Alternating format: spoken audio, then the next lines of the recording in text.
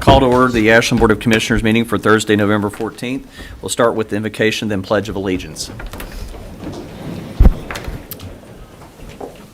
Father, an invocation is an invitation for the Holy Spirit to come and be with us. And so we ask and invite your Holy Spirit to preside over our meeting today. Lord, we thank you for our city and how you have blessed us in recent days. We ask for your continued favor on us today. We ask for your divine wisdom and guidance over this Board of Mayor and Commissioners as we strive to make the right decisions for our city and in the best interest for our citizens. Be with our city manager, our staff and employees, and those in attendance today. We pray always.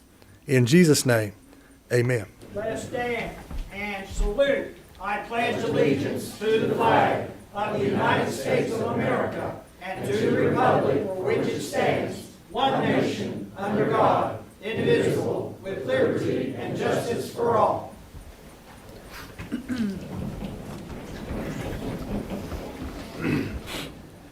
All right, do we have a motion to receive and file the agenda? So moved.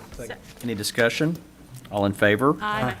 Motion to receive and file the minutes for the regular meeting held October 10th, 2024, the regular meeting held October 24th, 2024, the recess meeting held October 25th, 2024. So moved. Any discussion? All in favor? Aye. Okay. Welcome, everyone. This is our Thanksgiving spectacular that we're all glad to be here, and I appreciate. Looks like a lot of interest in the community. We have a lot of attendance today, and I want to first off thank our commissioners for all that they've done this year in the spirit of Thanksgiving, and city manager and our staff. I will say this: I was recently able to witness somebody experiencing a medical issue on the riverfront, and the amount of attendance by our police and fire and first responders was remarkable, and it reminds me of just what a great community we live in, and having those folks step up to the plate to help save somebody's life means a lot to me, and I know to that family. So we appreciate you all every day for all you all do, so thank you. We'll move on to our commissioners. We'll start with Commissioner Clark. Thank you, sir. Welcome, everyone. Thanks for being here today, and I'll tack on to your sentiments. I'm very grateful for this city and its people and the people who work here and the people that I serve with, and I'm very proud of what we've been able to accomplish. So happy Thanksgiving, all. Thank you. Okay, Commissioner Goot. Just welcome everybody to this new meeting. We're winding down the year. We got one meeting, two meetings left. I don't have faith that that's going to be it, but You don't have faith? Well, Don't say it. Yeah. There'll be 32 between Yeah. now and the end of the year. once this rolls around, you have to kind of slide into Thanksgiving and the holiday season. I'm thankful for our park workers. You see they're out in all kinds of weather putting up the things for Winter Wonderland of Lights, and the town looks good. And so I want to invite everybody to our fundraiser on Saturday night at 16 Candles. It's a retro prom at the hotel, put on by, and it's for Federated Charities, AKA the Dressing Room. It's from 8 to 11 this Saturday night, and if you eat at the hotel between 5 and 8, there's probably 10% that goes to the organization. We had a flag retirement on the river, and the mayor was there, and I want to commend the Ashland Fire Department along with Scout Troop 1100 for doing that ceremony. And we got a lot going on, a lot on the agenda. So welcome and thank you for being here. okay, Commissioner Spriggs.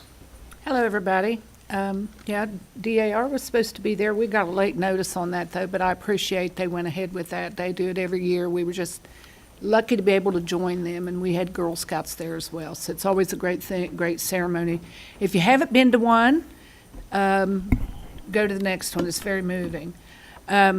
Make sure to mark your calendars for Saturday, December 7 at 11 a.m. when we dedicate the World War II wall.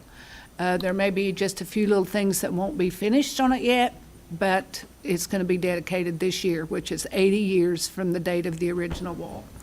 I want to say I'm grateful for everyone, and I want to say Thanksgiving. Happy Thanksgiving. Let me put a little emotion in it. All right. That's it. Thank you, Commissioner Blanton. Well, good afternoon, everybody. So as you mentioned, we do have at least one meeting left, so kind of a reflection on 4 years and thinking about, everything I'm thankful for, I'm going to talk about next meeting, so, and I'll do that. We did have a ribbon cutting for the Boyd County Library Reading Garden, which was really, really nice. If you haven't been there at the Boyd County Library location here at the park, very, very nice, great board, great employees that give so much to our community through that library. And my family visited East Tennessee and the Asheville area this past weekend, and although Asheville's a wonderful city and so many people like going there, there's really some terrible devastation that's still there. And you see, when I go to places like that, obviously you see the human suffering that happens, but from my perspective, you kind of look at the functional things like the city infrastructure and how that's happening, and they're doing the best they can, but seeing things like that and knowing about our city really gives an appreciation of, hopefully we never have anything even close to that scale, but we did have some pretty bad storms in 2021, and it gives you appreciation for understanding our utilities and our streets and all the teams that we have out there who are, hopefully you never have something happen like that, but if we do, we'll be prepared. So we're thinking about the folks down there and appreciative for our team here. Thank you. Great. Okay. Also failed to mention congratulations to the Ashland Breakfast Kiwanis Club. Their 50th anniversary was this week, and a lot of service clubs actually attended in their honor to celebrate. And it was a really great event, and I was honored to be there to celebrate them. So, City Manager's report. Thank you, Mayor. For the sake of time today, I really don't have any updates. We've got two very good presentations, and I'd like to start that off with Mr. Eric Cavazza from Tetra Tech, Division of Abandoned Mine Lands, is going to present. And if you have anybody else with you, Eric, if you could introduce them. And I know we've mentioned this before in these meetings, but it's been quite a while, and they're done with their effort, and they want to give an update. So, gentlemen. All right, thanks, Michael. I am Eric Cavazza, as Michael mentioned. I am with Tetra Tech. I'm the Vice President of Legacy Coal Restoration, and with me today I have Greg Yost. He's a project manager and geologist with us. His staff oversaw the actual drilling project we did here in Ashland. So I'm going to run through this. Let me get this. Can you hear me okay?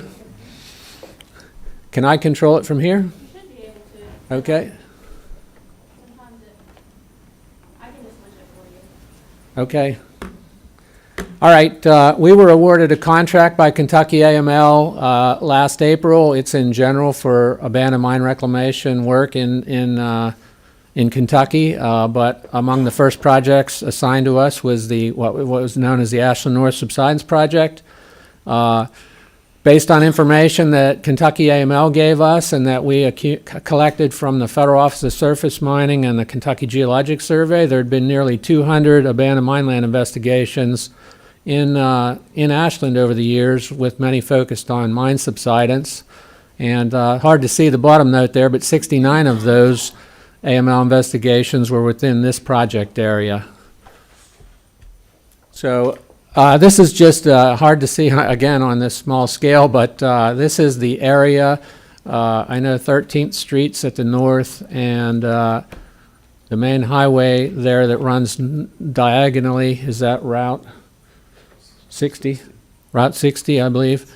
That kind of gives you an idea where this is located. All those dots on there were past investigations. And Kentucky Geologic Survey did a mine subsidence investigation in Ashland in the 1980s. This covers the same area, but we were able to acquire all the reports they did back in the 1980s as well. Chin Street is kind of in the center of this, if you're familiar with where that is, off Blackburn Avenue, I believe.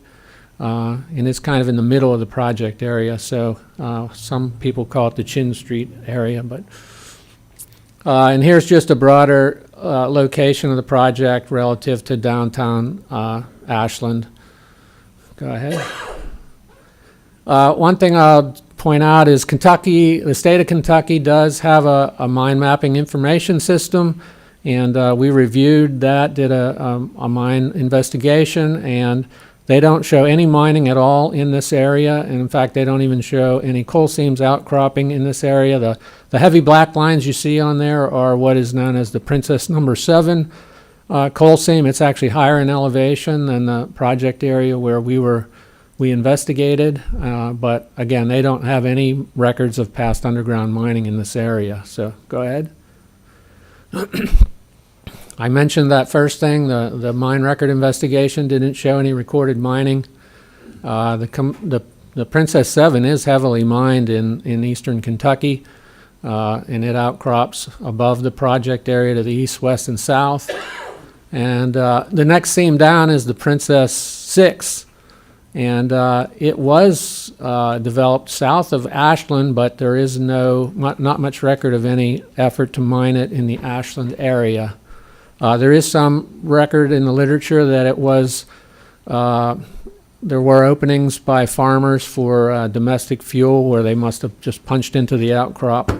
And the outcrop is where the coal comes to the surface based on a hillside. So in case you're not familiar with that term, but go ahead. So in our project area, we plotted out all the past investigations.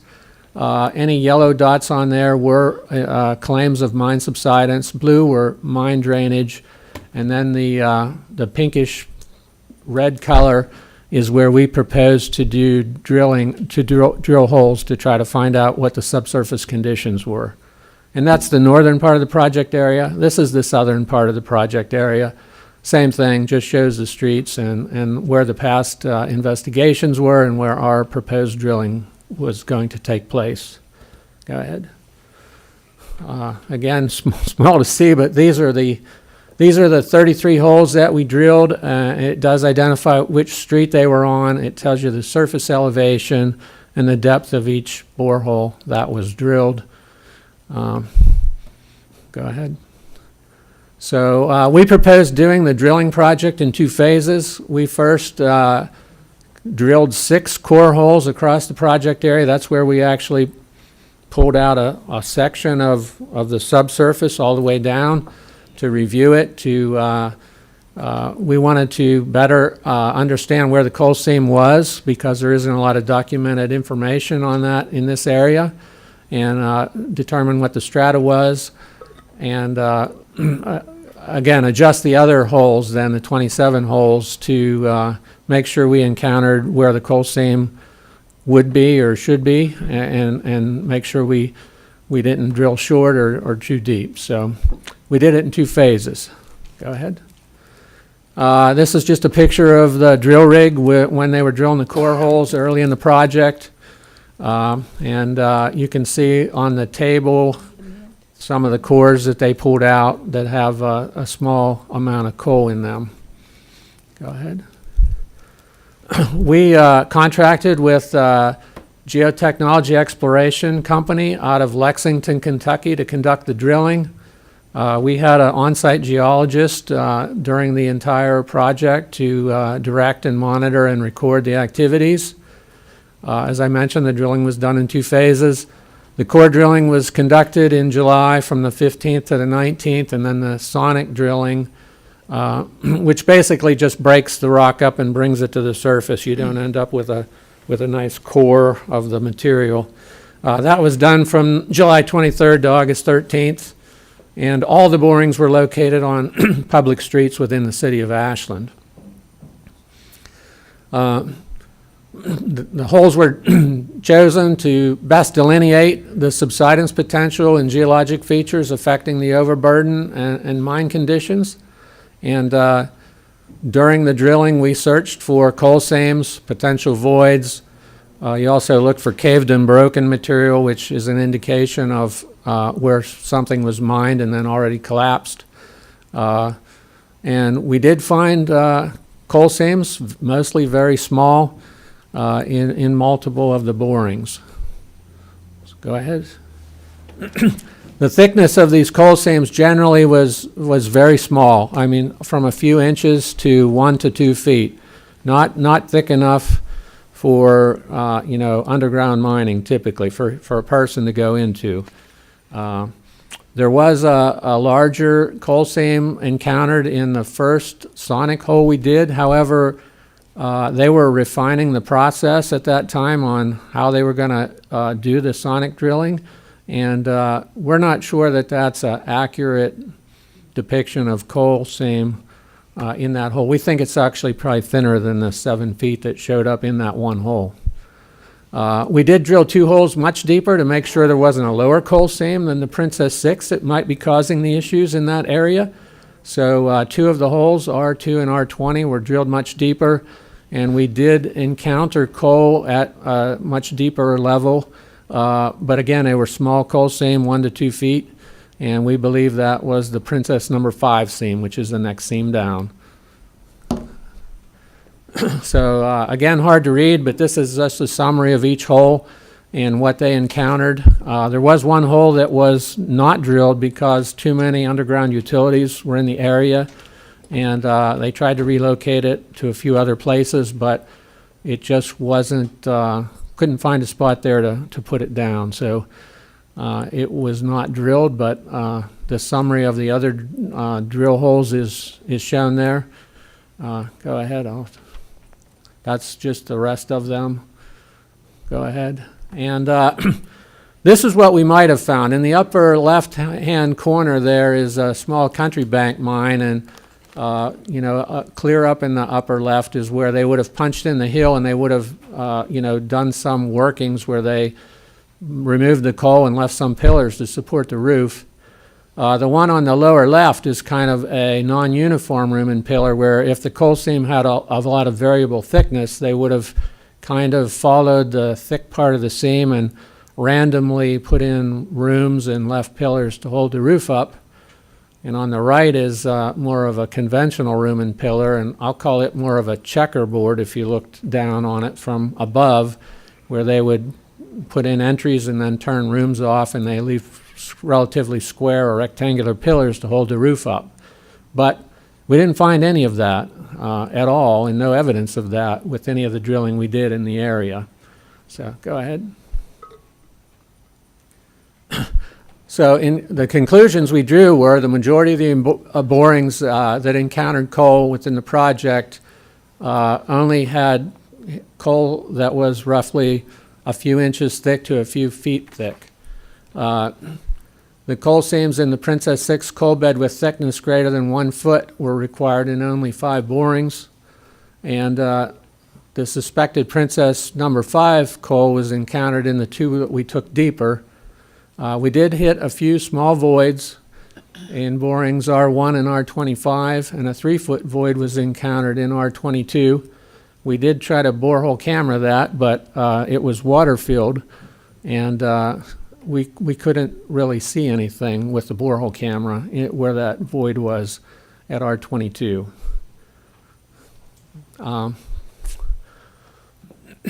So again, the thickness and extent of the Princess 6 seam in the project area varied greatly, but generally was very small.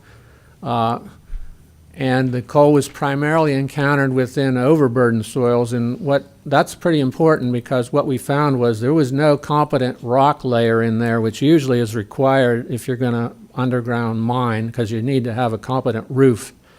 It would have been very hard to hold the roof up in any kind of underground mine here because there was no competent rock at all between the surface and where the Princess 6 seam was.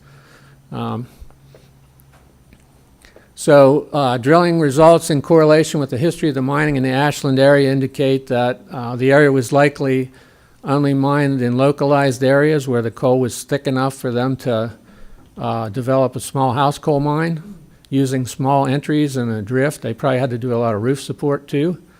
But there was no evidence of any large-scale mining operation within the Princess 6 coal bed in the area that we looked at. Go ahead. So our recommendations to Kentucky AML are to continue to address subsidence claims within the project area on a case-by-case basis, and if they find any that are related to past coal mining and are eligible for them to address, they will. And again, the results didn't indicate any area-wide, or any evidence to support consideration of an area-wide mine subsidence project, which usually would include drilling and grouting to stabilize homes, streets, and other infrastructure. So, go ahead. That's me there. I did leave a copy of our geotechnical report and a lot of the other information we compiled with the city engineer back there. And I know Jim's here. Jim, anything you want to add? I would just say that the Kentucky Division of Abandoned Mine Lands is always committed to the city of Ashland and any problems in the county. Our citizens report those to us. We'll be glad to come out and check them and take them on a case-by-case basis. The findings or the non-findings surprised me. I've done some projects in the city of Ashland as well, and we have done projects recently at Paul Blazer High School where we found some, we had some work as a result of pre-law underground coal mining. So we will attack those things as needed in the future, and we're always committed to the city of Ashland to help in any way. Thank you so much. So there's, that area, Dixon Street area, is where your research took place. But that's not to say, like you said, there's been places where we've had property issues because of abandoned mines, right? So just to frame that a little bit. Yeah, it's clear in the reports we looked at from Kentucky Geologic Survey and OSM and Kentucky AML that they definitely found evidence of underground mining in certain areas with some of those past subsidences. But like I said, we couldn't find any evidence that they went in and undermined a big area. You know, there's lots of other causes potentially for subsidence, but definitely some of those events were related to past underground coal mining. But I assume they were small, what we would call a country bank or house coal mine. And one other point, I think since the completion of the report, there was one other report of somebody that thought they had subsidence. And I think you all are working on that report at this time. So We did go back out. We had received that complaint in the past, and then we re-investigated it at the time that you sent that in to us. And so I do not know the finding on that yet, but I believe that we determined it in the first investigation that we did not find it. but I just want to share that with the community if they have that concern to, I believe we have it on our website. Our citizens can go to contact AML, and then they'll follow up. You can Google Kentucky Division of Abandoned Mine Lands, go to our website, and call one of our offices and report that problem, or you can enter an online citizen inquiry for investigation. Is this a valid number where we could reach you here? Yes. Okay. That's Yep. a fake number. I'm not going to get a recording or anything. Nope, that's my I've cell got phone, a and I neighbor generally with have the- it with me all the time, although I do have it turned off here because I figured somebody would call me if I left it on. Got a neighbor with an inquiry about a sinkhole in his backyard. He thinks Jimmy Hoffa's buried back there. So I might be calling you. So I'm just curious, Yes. do you ever find any Indian artifacts when you're doing this stuff? No, I mean, the borehole's only like 6 inches. Tear them up, don't you? Tear up the, Yeah, well, yeah, probably. pulverize. But, well, whenever we sample the soil, it's only 2 inches. So, and it does give you a complete soil lithology. So it's it's not considered an undisturbed sample, but you can see anything in that 2 inches. It's just, the chances of hitting something in a 2-inch diameter is pretty. Well, I mean, unlikely. when the archaeologists come and do our Indian around the areas, they only do small plugs as well, but, Yeah. you know. Okay, just curious, thanks. Yep. Yep. All right. Thank you so Thank much you. for your time. Thank you very much. Thanks. Mayor and Commissioners, also today, Jason Swain from the Salvation Army presented to us last year, and he is going to present again this year.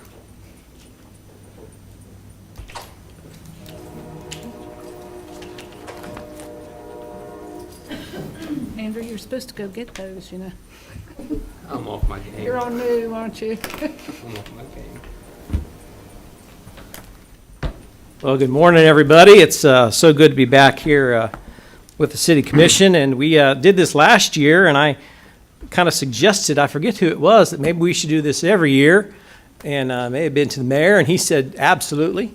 And so I wrote to the city manager, said if any way we could come and do our annual report to the city, and he said absolutely. So here we are.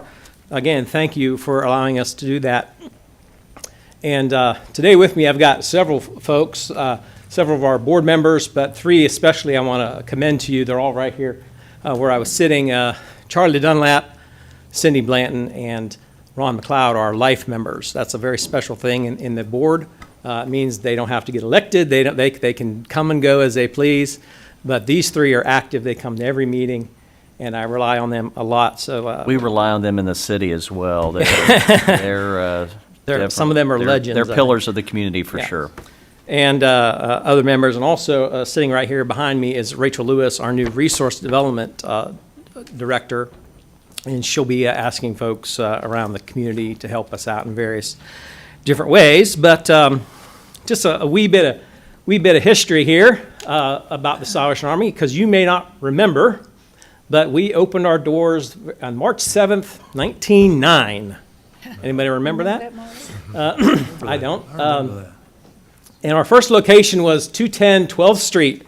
It's still there. You can go down there on 12th Street, down by the river, and it's just like a parking lot next to the bridge right there. But it's still there. You can go to that location, even though the building's gone. Well, for the next 20 years, we moved from rental hall to rental hall. I have a list of them. We were on Greenup Avenue. We were on 13th Street. We were on Winchester. We were on Central. We were never on Carter. But then on 1928, we broke ground. Many of you probably remember this location at 1221 Carter Avenue.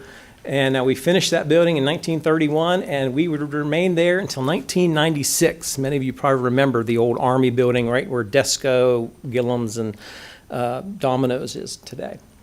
Well, in 95 and 96, we moved down to where we currently are in 2212 Carter Avenue, and then we're still there. In 2000, we built a small shelter, the one we talk about all the time, our homeless shelter right there across the parking lot. And we've been part of this community for 115 years, 116 next year. And so that's the history of the Salvation Army. Here's the old building. Many of you probably remember it, sitting there. I had a better picture of kind of a side view, but this one was much clearer. That's a definitely 1920s Salvation Army building. It has that kind of barracks feel to it, and a lot of our new buildings don't have that. Well, let me give you the year in review. Mainly shelter operations. We provided 11,700 nights of care. 18,292 meals served on weekends only. That's our weekend meal count. 895 personal comfort kits given out to various individuals, and 3,735 articles of clothing. That's more than I have in my closet, I guarantee you. And here's an interesting little thing we asked folks, and I've talked about this before, is what are your circumstances? I know that might be hard to read, but I'm going to tell you what they are real quick. Are you low or no income? And these are percentages, 100%. Mainly on the no side, but there are some who have low income. Do you have medical issues? 60% of our clients in the shelter have some sort of medical issue that is not because of the low income, but they're homeless because they have low income and they have medical issues. What about drug and alcohol? We talk about that a lot, but only about 25% will admit to having some kind of issue with that. What about mental health? 40% have declared. Now, these were asked, and some people may not have said, "Oh yeah, I've got mental health issues," but the ones who answered, this was this response. 40% were relational. We talked about, I used to call it domestic, but I think people think that's domestic violence. So we've changed it to relational. That story is, I moved in with somebody and then they kicked me out. And there's more to that, but that's it. And then transient, which we would assume we have a lot of, actually is very low, 10%. Almost, I would say, 90% or 95% of our clients are local to Ashland. It's counter to the what has probably been discussed in the community. So it's good that we have this information to share with the public. Yeah, it's mainly local residents. Transient's now, I would say that if our city was down another 15 or 16 miles that way, and we were sitting on 64 proper, I think our numbers of transients would be a little higher. Do you think you're not getting transients for another reason? Do they not want to No, we're not on a major hub. I mean interstate. Sure. Several Salvation Armies, their cities sit on interstates proper, and they get a ton more transients, people going back and forth. That may increase because of the closure of I-40 for a year or two. I'll talk more about being down there here in a minute. And the only way to get to that side of the country is to come up and across 64. So that may change. But our transit is pretty low. Most of our folks are local. And those are not exclusive. You might have all of them except for the transient part. And some folks did put multiple checks. But I just wanted to give you an idea of who's staying in our shelter. Folks with medical issues, some mental health issues, a lot of relational, but they're all, as you can imagine, low-income folks. All right, well, our social service casework, we did 8 rental payments. That's going to increase, and I'll tell you about that here in a minute. 90 different utility payments, 13 people transported or given transportation either around the city or out of the city. There's 4,202 clothing items in addition to the other ones we gave, and of course 156 hygiene kits given out to not only the homeless but other people. All those numbers will probably increase in this next year for the next reason. Well, last year we talked about our Christmas season, and we'll talk about this the year here coming up. I wanted to give you some ideas of what we did last year. About a year ago, we did 3,272 toys and clothing items out to various kids in the community. We did raise in our kettle funds $67,266, which was a record, and I'm hoping to do better this year if you saw the article in the Independent yesterday.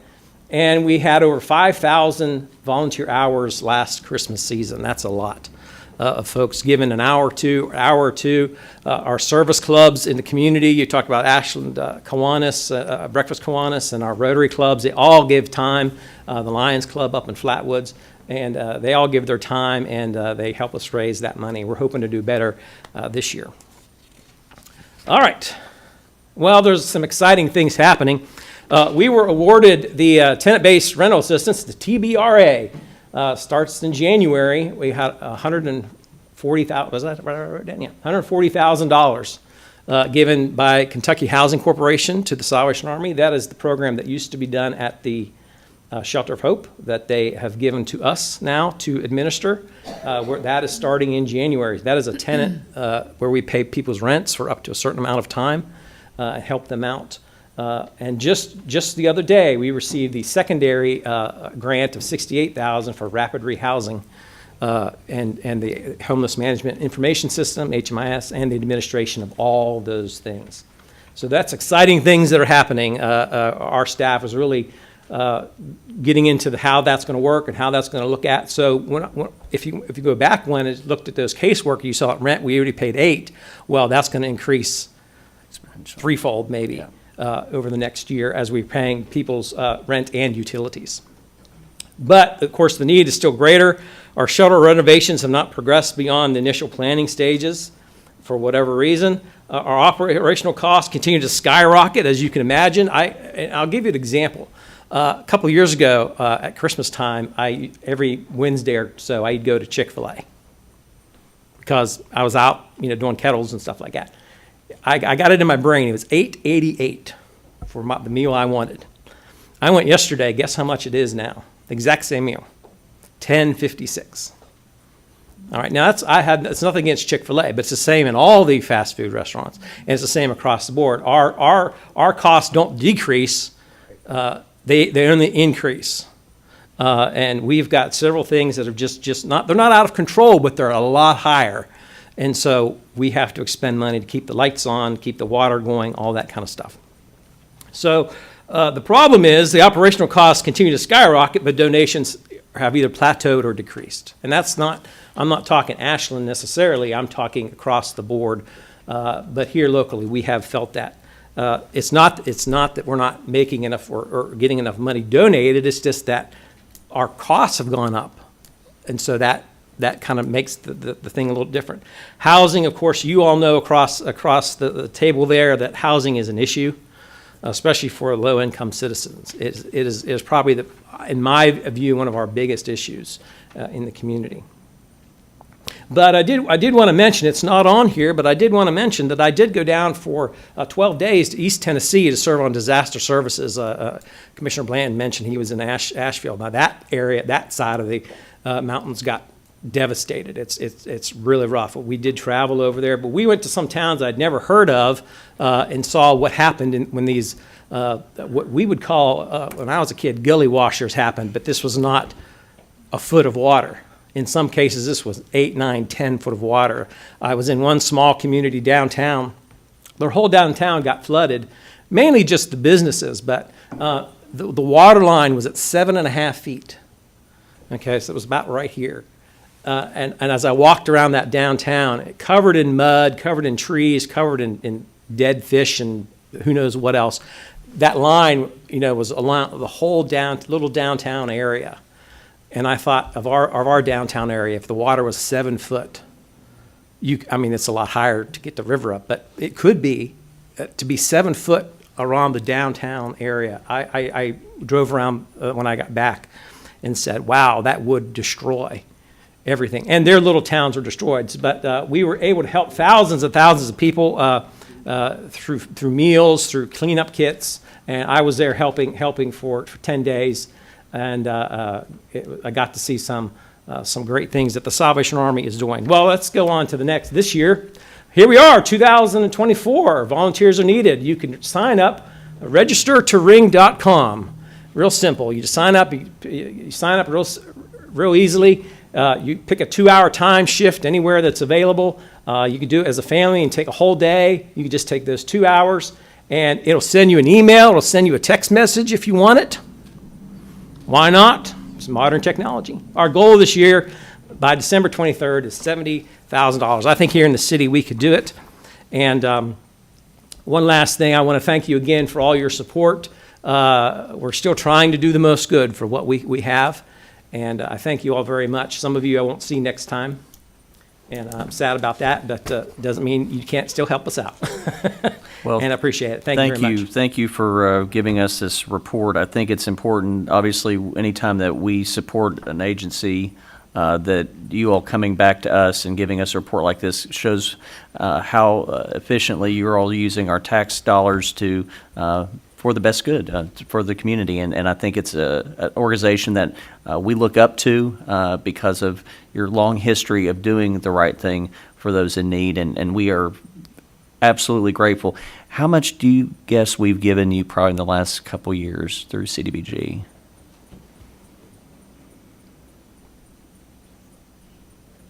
Probably around $60,000 or $70,000, and over a course of 5 or 6 years. Okay. And we use that money that comes in, and we use that for direct operational cost of our shelter, which is our premier program. We have social services and do a few other things, but our shelters are day-to-day 365 Absolutely. shelter. Well, I'm excited to see that you're going to be taking over what Shelter of Hope was doing. I think that's been a critical need. There's been a gap there, so this funding going back to you all makes perfect sense. Yeah, So- and we're looking forward to getting it going. There's a lot of administration into that program that we were not aware of, but it's moving forward, and we thought we'd be able to get it done before Christmas, but now we're shooting for January, about mid-January to start that program. It's a 2-year program, so it's not like it's one and done. It's over a long 2-year period that those funds get, and then every year we can ask for a continuance. So Well- I think that's if we do a good job at the beginning, I think we'll be able to get that continuance and just keep it rolling year I after have year after I have a year. lot of faith in you all. So thank you all. Thank you all. Thank you very much. Oh, and I gave you all our Christmas War Cry, which is our national publication, and a little thing about some other things that we're doing. I appreciate if you look through those, but if not, enjoy or give them out. Thank you Thank very you much. so Thanks, Mayor. much. Thanks, I want to Commissioners. ask you about your shelter. Yes, just sir. a minute. There's some criteria you have to meet to be in the shelter, isn't there? There's a screening process, correct? A simple background check, and you must have a state ID Okay. or some kind of ID. We're pretty loose on the ID, but we have found a few a few times the police have come knocking on our door looking for somebody, and so with a warrant. So we've started about a year ago asking for an ID. Sometimes that's a little difficult, but we work with them to get that. It's the background check sometimes that causes the issue. Not always. We stay pretty full, and again, with those issues, it's and it's interesting. I was trying to do a study of how old our shelter clients were, and maybe next year I'll be able to give you that a little bit better. But I will say we did talk about it, and most of our shelter clients are in their late 40s, early 50s, or older. They're not young folks. They're old, unless they're a family with kids, which we do have two family rooms. Reason I ask that is because we're heading into winter, and I hear a lot about homeless and what it, why are they Since not- it's gotten cold, we've pretty much been filled every night. And we when it gets below freezing, we'll start doing what's called cold weather, which is we put cots out in our main room and increase our numbers up to about 50 people. And that'll happen when it gets below freezing.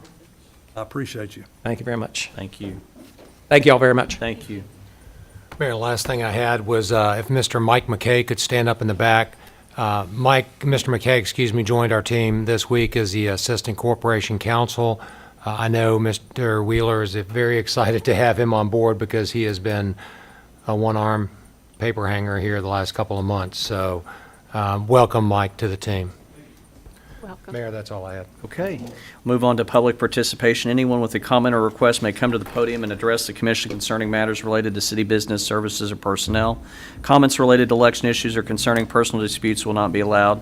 Personal attacks, obscene or threatening language will not be tolerated. Presentations are limited to 5 minutes.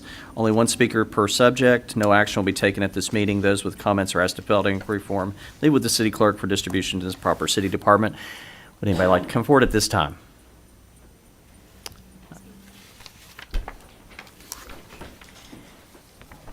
Welcome. Mike Maynard, 1819 Eloise Street. Just to give a quick update on our dental program. It still continues to run Monday through Thursday. We're averaging a little over 40 patients a week, and so we have over 500 patients assigned to our clinic there now. They're looking at now, they're gonna plus us up and probably have a dentist there probably 2 to 3 days a week now instead Great. of just 1 or 2. So Awesome. the need is great, and it's unreal the amount of folks that are finding us there. The other thing, of course, with Thanksgiving coming up, so we'll do about 300 Thanksgiving food baskets for folks west of 13th Street, and then for anyone that's a homebound senior that we deliver senior commodities to. We start that next week, and so it's crazy. Facing Hunger is dropping off, I think, 7 tons of food to us on Monday. So we also have Aetna has helped out, and they've got Black Soil from Lexington. The co-op there is dropping off food to us next week. Giovanni's is supporting us there. So lots and lots of food starting to go out next week. Christmas is coming up also, and a few things that we do during Christmas. One of the neat things that we do is we do a similar program that Salvation Army does and that CARES does. We do it for our geographic area for adopted child, but we also do senior citizens for that. And so we'll have about 400 kids and almost 200 senior citizens. A lot of those seniors are ones that we deliver food to that are homebound. And so that is ramping up. We've had volunteers typing in all that information over the last couple weeks. One of the neat things. Because a lot of times, we frame this problem with families that can't afford Christmas, can't afford gifts, and, we can step in, whether it's, King's Daughters or churches or individuals that will help get these gifts. And back years ago, I had a dad that had come to pick up gifts for his kids, and one of the things he said, I hate that I have to come here and do this. I hate that I can't do it myself. And so one of the things that we do while we're doing this other program is we have our Christmas store. And it always starts the first Tuesday of December. And so all year long, all the donations that we get from the community that's Christmas related, trees, wreaths, ornaments, wrapping paper, knickknacks, any brand new toys, anything that's like new, we put that out, and starting that Tuesday, people can come through and they can get one brand new toy, they can get a tree, they can get another item, and then they can get 5 like new items. And so, and they can come through as many times as they want to go through there. But last year, we sold over 20,000 items to folks here in the community. And so, and the difference that makes is that a parent gets to say, I bought Christmas for my kid. And so, huge difference in that kind of help. And then the week of Christmas, we partner with Toys for Tots. We are the distributor for anybody who signs up online for Boyd and Greenup County. And so we'll normally have 200 to 250 kids that are represented with that. What that enables us to do also, because they give us extra toys. And so for any family that missed signups with other organizations, or maybe they just moved into the area, or maybe their situation changed, we can pencil them in as a Toys for Tots to make sure that they can get gifts for their kids also. So busy time for us, and again, the support that you provide us and the great support we get from the community makes all this possible. Thanks so much. Would anybody else like to come forward at this time? All right, folks, it's going to be a long one. We've got a lot of business to do here, so. Sorry. Old business. Item A, second reading and final adoption of an ordinance entitled, an ordinance of the City of Ashland, Kentucky, amending and supplementing ordinance number 150, 2024 of the city to A, authorize an additional public project to be financed with proceeds of the general obligation bond series of 2024A, authorized thereby, and B, authorize related actions thereto. And just for clarity, after the question we had last meeting on this, it's in reference to the Paramount. So moved. Any discussion? All in favor? Item B, second reading and final adoption of an ordinance entitled, an ordinance of the City of Ashland, Kentucky, amending the City of Ashland Flexible Spending Plan adopted by ordinance number 86, series of 2020, as previously amended, as recommended by McGregor and Associates, Inc., pursuant to federal guidelines. So moved. Any discussion? All in favor? Aye. Consent agenda. A resolution of the City of Ashland, Kentucky, adopting, authorizing, and approving the course of action presented by the city manager on the items appearing on the consent agenda for the regular meeting of the Board of City Commissioners of November 14th, 2024. So moved. Second. Any discussion? This is what happens when we wait 3 weeks between meetings. There's 28 items on the consent agenda. Yeah. All right. All in favor? Aye. All right. Get to the next. Yeah. New business. Item A, first reading and approval of an ordinance entitled, an ordinance of the City of Ashland, Kentucky, authorizing and directing the mayor to execute a contract with Lights Enterprises, Inc. for the purchase of all labor, materials, equipment, and services for the demolition and removal of all debris at 4748 Boyd Street in the amount of $5,900 for the Department of Community and Economic Development. So moved. Second. Any discussion? All in favor? Aye. Item B, first reading and approval of an ordinance entitled, an ordinance of the City of Ashland, Kentucky, authorizing and directing the mayor to execute a contract with Lights Enterprises, Inc. for the purchase of all labor, materials, equipment, and services for the demolition and removal of all debris at 1213 Gallagher Drive in the amount of $3,200 for the Department of Community and Economic Development. So moved. Second. Any discussion? All in favor? Aye. Item C, first reading and approval of an ordinance entitled, an ordinance of the City of Ashland, Kentucky, authorizing and directing the mayor to execute a contract with Lights Enterprises, Inc. for the purchase of all labor, materials, equipment, and services for the demolition and removal of all debris at 3220 Hampton Street in the amount of $4,900 for the Department of Community and Economic Development. So moved. Second. Any discussion? All in favor? Aye. Item D, first reading and approval of an ordinance entitled, an ordinance of the City of Ashland, Kentucky, authorizing and directing the mayor to execute a contract with Lights Enterprises, Inc. for the purchase of all labor, materials, equipment, and services for the demolition and removal of all debris at 804 Montgomery Avenue in the amount of $7,900 for the Department of Community and Economic Development. So moved. Second. Any discussion? All in favor? Aye. Item E, first reading and approval of an ordinance entitled, an ordinance of the City of Ashland, Kentucky, authorizing and directing the mayor to execute a contract with Womack Excavating LLC for the demolition, removal, disposal, and cleanup of all debris at 5340 Blackburn Avenue in the amount of $2,000 for the Department of Community and Economic Development. So moved. Second. Any discussion? All in favor? Aye. Item F, first reading and approval of an ordinance entitled, an ordinance of the City of Ashland, Kentucky, authorizing and directing the mayor to execute a contract with Womack Excavating LLC for the demolition, removal, disposal, and cleanup of all debris at 2156 Altura Street in the amount of $6,500 for the Department of Community and Economic Development. So moved. Second. Any discussion? All in favor? Aye. Item G, first reading and approval of an ordinance entitled, an ordinance of the City of Ashland, Kentucky authorizing and directing the mayor to execute a contract with Womack Excavating LLC for the demolition, removal, disposal, and cleanup of all debris at 361 Ferry Street in the amount of $3,200 for the Department of Economic Development. So moved. Second. Any discussion? All in favor? Aye.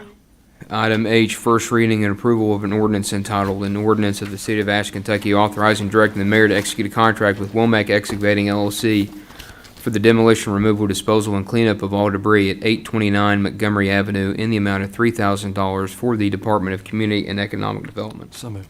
Second. Any discussion? All in favor? Aye.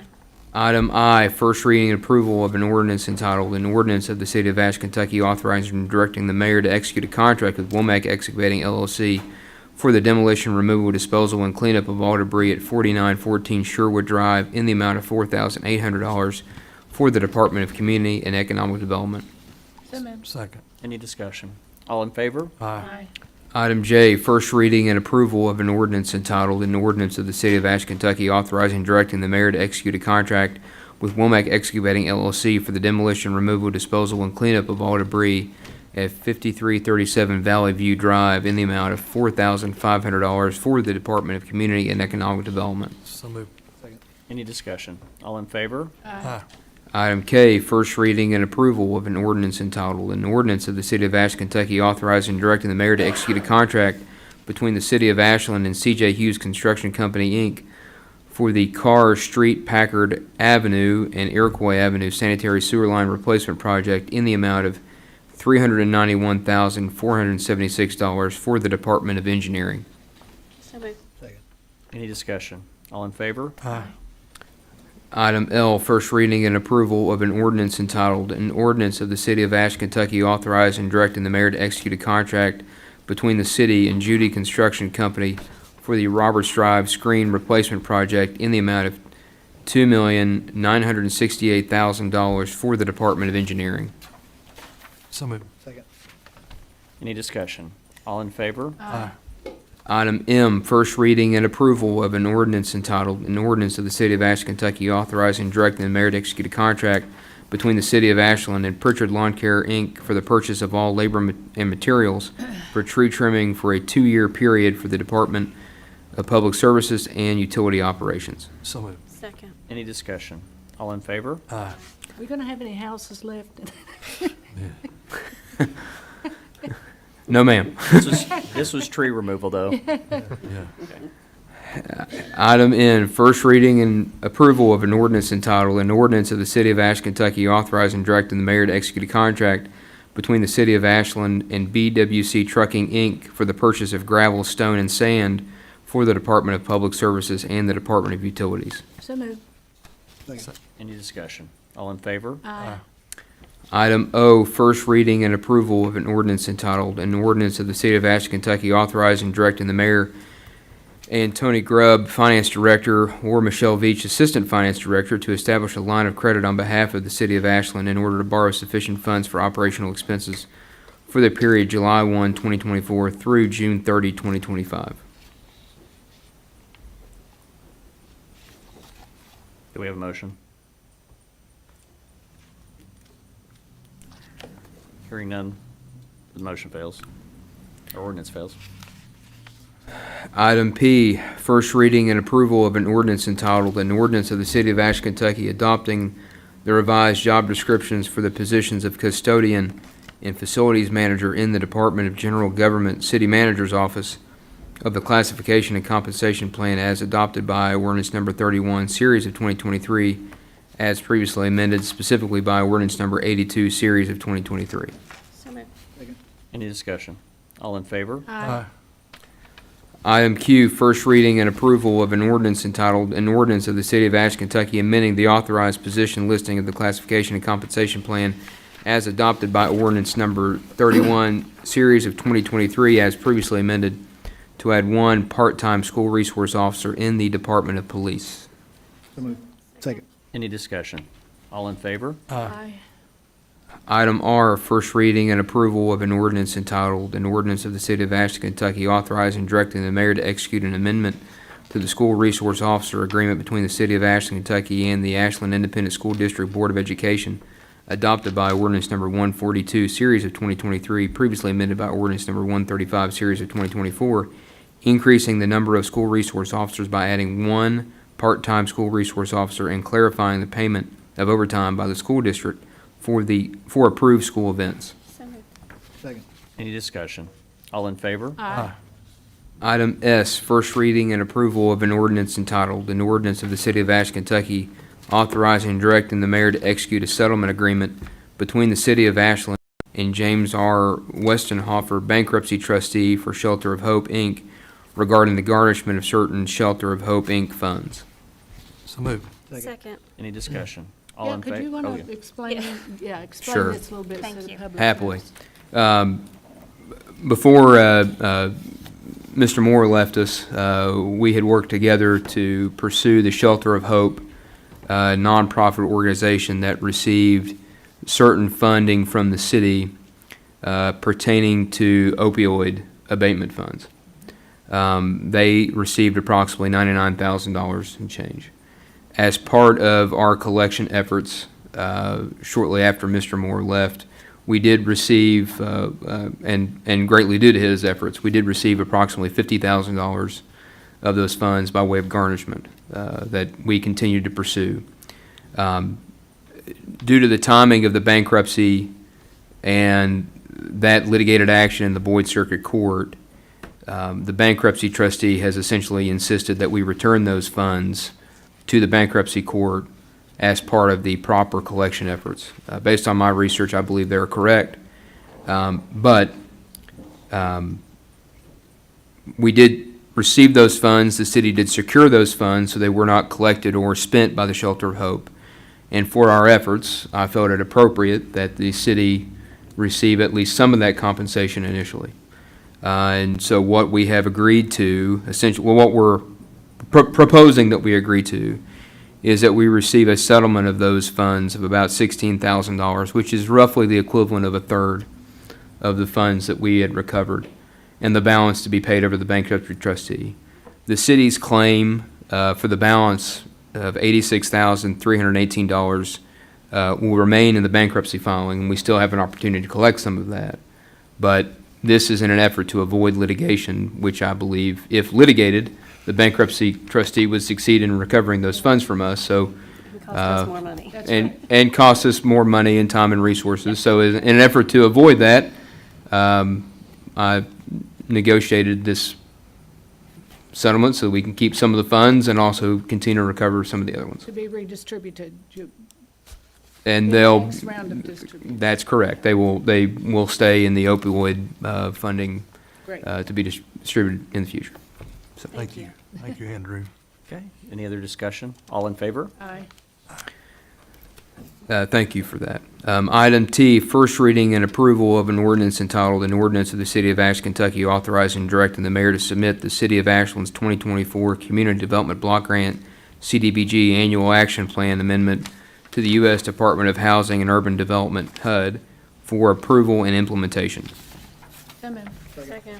Any discussion? All in favor? I abstain. Item U, first reading and approval of an ordinance entitled, "An Ordinance of the City of Ashland, Kentucky authorizing and approving change order number 1, final adjusting between the City of Ashland, Kentucky and Coordinated Systems Consulting, Inc. for the 42-inch raw water lines rehabilitation project, decreasing the contract in the amount of $21,017.39 for the Department of Engineering. So moved. Second. Any discussion? All in favor? Item V, first reading and approval of an ordinance entitled, "An Ordinance of the City of Ashland, Kentucky amending ordinance number 144, series of 2022, as amended by ordinance number 167, series of 2022, approving the Economic Development Incentive Program application of Big Sandy Distribution, Inc. for property located at 1325 Greenup Avenue, providing for the reimbursement of parking fees for the parking lot located at 1405 Greenup Avenue." So moved. Any discussion? All in favor? Aye. Item W, first reading and approval of an ordinance entitled, an ordinance of the City of Ashland, Kentucky, amending ordinance number 123, series of 2022, which restricted the use of $2 million in the general fund for economic development purposes, only decreasing the restricted funds in the amount of $12,255 for the purpose of economic development incentive for Big Sandy Distribution, Inc. So moved. Any discussion? Just a question. Why the two ordinances? This was an effort so that, I believe, between CD and Finance, so that we did not have to come back later and do multiple individual. Okay. Yeah, it was a way of I simplifying just was a it. little confused. Yeah. Thank you. Okay, any other discussion? All in favor? Aye. Item X, first reading and approval of an ordinance entitled, an ordinance of the State of Ashland, Kentucky establishing and promulgating certain procedural regulations and prerequisite qualifications relating to the recruitment and selection of police officers for the Department of Police and the City of Ashland, providing for a one-year probationary period of service upon original employment as a police officer, requiring certain prescribed related education and training, and further providing for performance evaluation and standards of discipline for all such employees. This ordinance to be known and referred to as a comprehensive hiring ordinance for police officers for the Department of Police, and repealing ordinance number 116, series of 2024. Second. Any discussion? Just a question. Is this going to make it easier or harder to hire police officers? This makes it easier to hire certified officers, and this deals with the details that the state had previously put out for paying a portion of an officer's training if they're picked up from another community prior to 3 years, which that's changed recently to just the initial training and time before they went to the academy. Is that accurate? Basically, they can sign to, they will sign to a 5-year contract, so, and that date starts from the date they start the hiring process till they graduate. Okay. Thank you. Okay, any other discussion? All in favor? Aye. Item Y, reading and adoption of a municipal order entitled, a municipal order of the City of Ashland, Kentucky authorizing and directing the mayor to execute U.S. Department of Housing and Urban Development certification of consistency with the consolidated plan regarding the Continuum of Care program for the Kentucky Housing Corporation. So moved. Any discussion? All in favor? Aye. I abstain. Commissioners, at this time, I'd like to get a motion to go in executive session for property acquisition and add one other matter, individual personnel matter. So moved. Second. Any discussion? All in favor? Folks, thank you all for attending. We are going to go into executive session. What happens if you go